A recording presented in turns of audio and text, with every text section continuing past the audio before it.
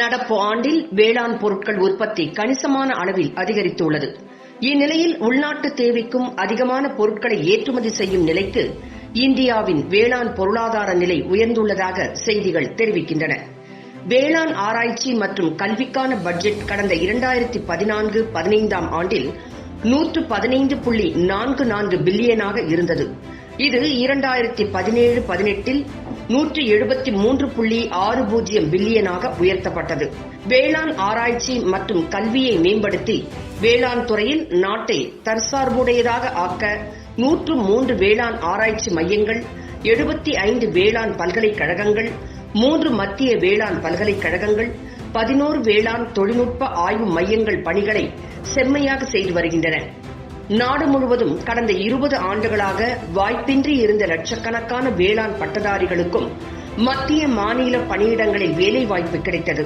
மத்திய அரசின் வழிகாட்டுதலில் மேற்கண்ட வேளாண் பல்கலை அமைப்புகளின் உதவியுடன் மாவட்ட அளவில் வேளாண் விஞ்ஞான மையங்கள் என்ற நெட்வொர்க் உருவாக்கப்பட்டுள்ளது. இந்த மையங்கள் அதிக மகசூல் தரும் பயிர் வகைகளை வழங்கி விவசாயிகளின் உற்பத்தியையும் வருமானத்தையும் அதிகரிக்கின்றன. இதன் காரணமாக 2019-20 ஆண்டில் உணவு தானியங்களின் உற்பத்தி 295.67 மில்லியன் டன்களாக உயர்ந்தது.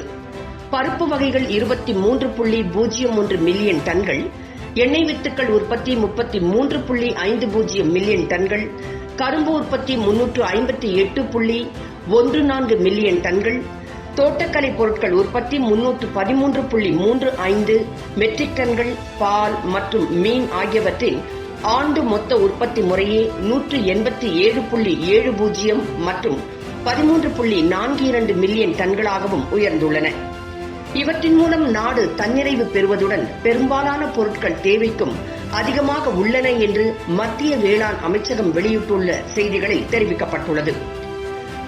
இந்நிலையில் உலகளாவிய வேளாண் உற்பத்தி மற்றும் ஏற்றுமதியை அதிகரிக்க வேளாண் உட்பட அனைத்து அறிவியல் துறைகளிலும் ஆராய்ச்சியின் தரத்தை மேம்படுத்த மத்திய அரசு வெளிநாட்டு ஆராய்ச்சி மையங்கள் மற்றும் பல்கலைக்கழகங்களுடன் இணைந்து செயல்படுகிறது.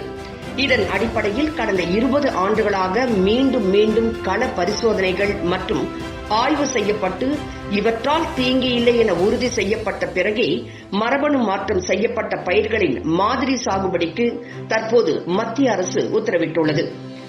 இம்மாதிரி சாகுபடி நடவடிக்கைகள் வெற்றிகரமாக இருக்குமேயானால் இந்தியா உலகத்திற்கே உணவளிக்கும் சக்தி கொண்ட நாடாக மாறும் என்பதை மறுப்பதற்கு இல்லை.